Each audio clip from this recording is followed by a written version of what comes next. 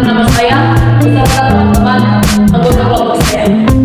Perkenalkan, nama saya Susanti dengan NIM C012242 selaku moderator, dan ada anggota kelompok saya yang pertama. Ini sebagai Anda dan tim C0440. Dan saya Irwandi dengan tim C012213. Dan saya Muhammad Fadil dengan Baik, langsung saja kita akan masuk ke dalam pembahasan materi. Materi yang pertama akan dipaparkan oleh Irwandi. Untuk tempat saya silakan. Baik, terima kasih atas kesempatan yang diberikan kepada saya. Dan langsung saja saya paparkan materinya mengenai baik, terima kasih atas kesempatan yang diberikan kepada saya. Langsung saja saya paparkan hasil dari review jurnal kelompok kami dengan judul Manajemen Persediaan Barang Rumah Tangga atau BRT pada Rumah Sakit Umum Daerah Kota Dumai. Jurnal penelitian volume dan halaman yaitu volume 16 dan halaman 14. Jurnal ini diterbitkan pada tahun 2021 dan adapun penulis jurnal ini yaitu Nanda Fahmi, Surya Indrawan, dan Sony Fajar Mahmud. Jurnal ini ditulis pada tanggal 2 November 2021. Adapun abstrak pada jurnal penelitian ini yaitu salah satu instalasi yang menangani di bidang kesehatan adalah rumah sakit. Dan rumah sakit adalah tempat di mana orang atau masyarakat berkonsultasi tentang kesehatan, mencari solusi tentang penyakit yang dideritanya. Untuk membantu kelancaran pelayanan rumah sakit, fungsi bagian support juga sangat berperan penting untuk menentukan kelangsungan kegiatan operasional rumah sakit. Salah satunya adalah bagian pengadaan barang atau bagian logistik.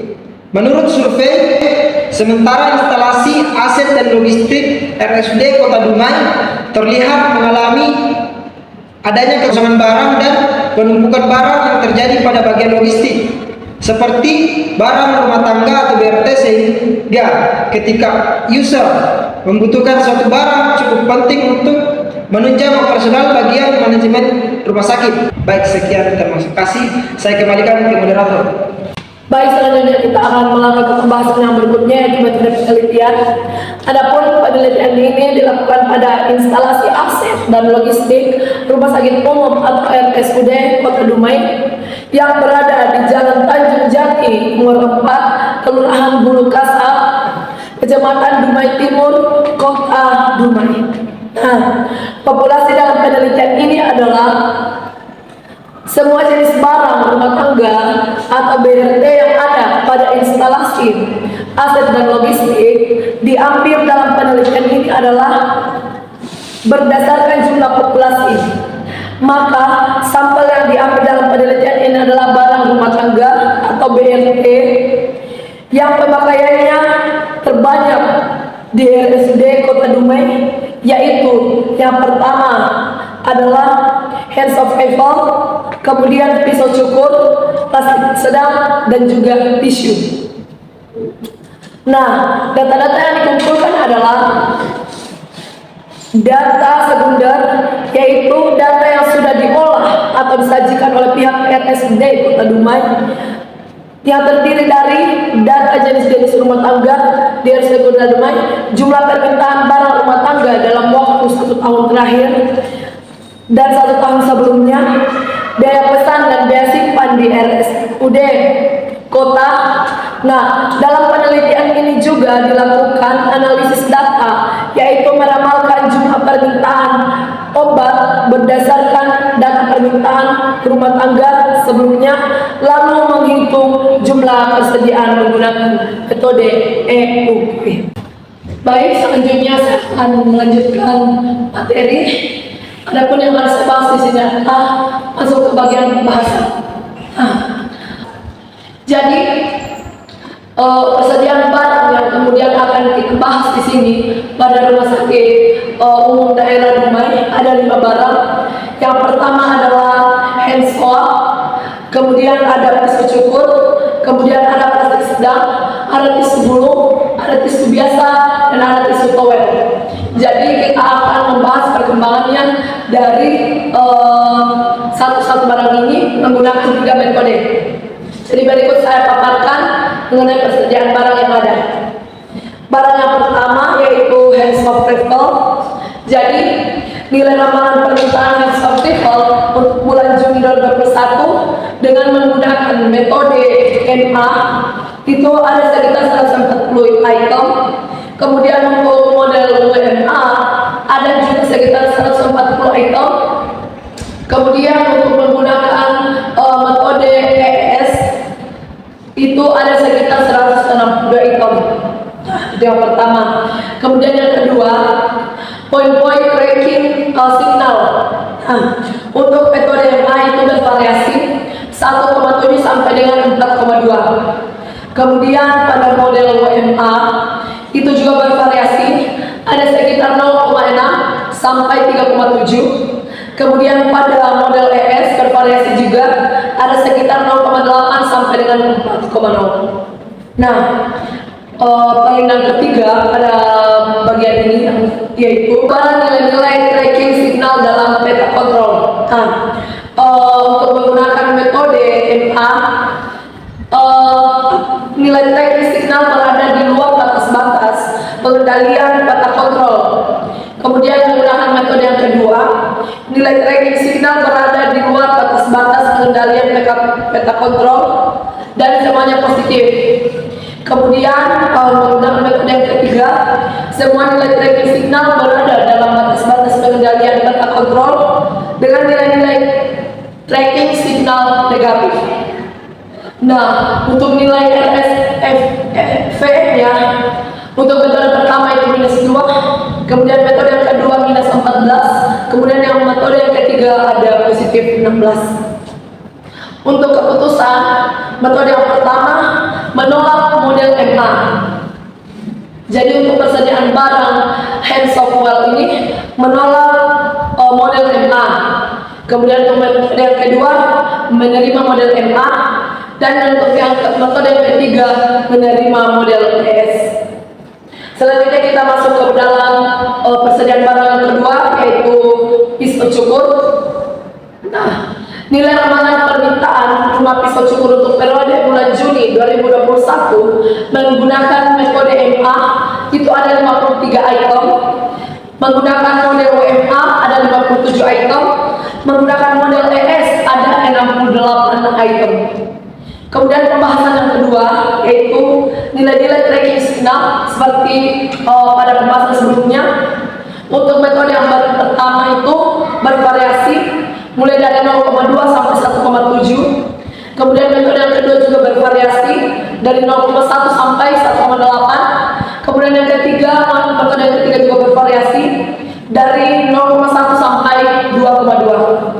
Kemudian pembahasan yang ketiga, lebaran nilai-nilai tracking signal dalam peta kontrol untuk pisau dapur ini. Metode yang pertama, nilai tracking signal berada di luar batas-batas pengendalian peta kontrol, kemudian semua signalnya positif. Untuk metode yang kedua, nilai tracking berada pada batas-batas pengendalian peta kontrol dengan signal semua positif. Kemudian metode yang ketiga, semua nilai tracking signal berada dalam batas-batas pengendalian peta kontrol dengan nilai signal positif seimbang dengan nilai-nilai tracking signal negatif. Kemudian untuk nilai RSVE-nya, untuk metode yang pertama 80, metode yang kedua ada -5, dan metode yang ketiga ada -9. Pembahasan selanjutnya itu keputusan. Keputusan yang kemudian diterima adalah untuk metode pertama, metode tidak bisa diterima, metode kedua bisa diterima, kemudian metode yang ketiga bisa diterima. Selanjutnya barang yang ketiga yaitu persediaan plastik sedang. Jadi untuk nilai ramalan permintaan plastik sedang periode bulan Juni 2021 dengan menggunakan metode pertama yaitu metode MA sekitar 176 item, metode yang kedua 20 item, kemudian yang metode ketiga 169 item. Yang kedua nilai-nilai tracking signal. Ini juga bervariasi. Untuk metode yang pertama ada 0,1 sampai 1,3. Metode yang kedua ada 0,8 sampai 1,2. Kemudian metode yang ketiga ada 0,3 sampai 3,3. Yang ketiga, tebaran nilai-nilai tracking signal dalam peta kontrol. Metode yang pertama, nilai tracking signal berada di luar pengendalian peta kontrol dengan signal semua positif. Metode yang kedua, nilai tracking berada dalam batas-batas pengendalian nilai kontrol dengan nilai semua positif. Kemudian metode yang ketiga, nilai tracking signal berada di luar batas-batas pengendalian nilai kontrol dengan signal positif seimbang dengan signal negatif. Kemudian yang keempat, nilai RSVI dari plastik sedang ini. Metode yang pertama mendapatkan hasil 117, metode yang kedua mendapatkan hasil 1098, kemudian metode yang ketiga mendapatkan hasil 27. Adapun keputusan dari persediaan plastik sedang ini, metode yang pertama itu diterima, kemudian metode yang kedua ditolak, kemudian yang ketiga, metode yang ketiga menerima model TS. Selanjutnya tisu gulung, tisu biasa, dan tisu towel. Nilai ramalan untuk tisu gulung, tisu biasa, dan tisu towel ini pada Juni 2021, metode yang pertama ada 24 item, metode yang kedua ada 27 item, dan metode yang ketiga ada 180 item. Kemudian nilai-nilai tracking signal, metode yang pertama bervariasi 0,1 sampai 2,2. Metode yang kedua juga bervariasi 1,0 sampai 1,5. Metode yang ketiga juga bervariasi yaitu 0,0 sampai 3,1. Kemudian tebaran nilai-nilai tracking signal dalam peta kontrol. Metode yang pertama, nilai tracking signal berada pada batas-batas pengendalian nilai kontrol dengan signal positif. Metode yang kedua, nilai tracking signal berada pada pengendalian batas-batas nilai kontrol dengan nilai positif.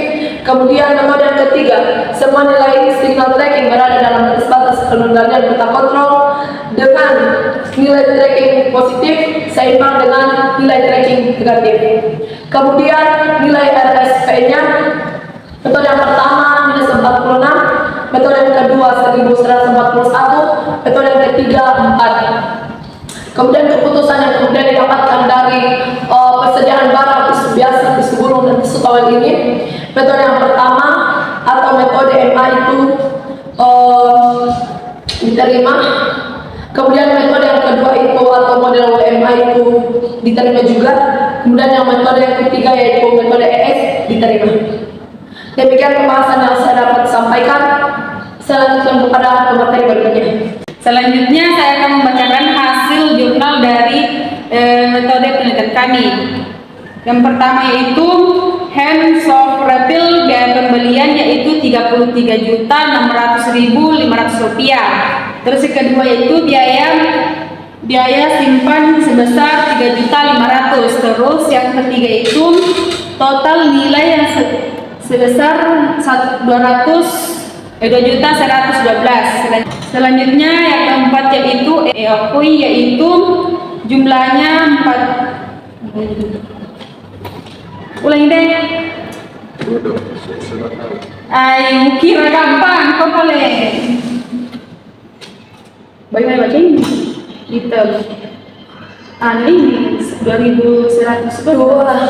2122 bagi 48 jadi sampai tidak.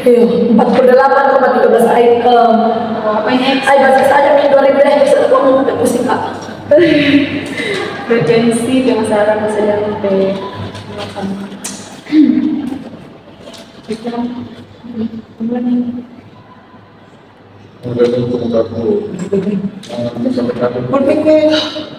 Itu keren. Dengan Kamu kelebihan dan kelemahan ini untuk kesimpulan.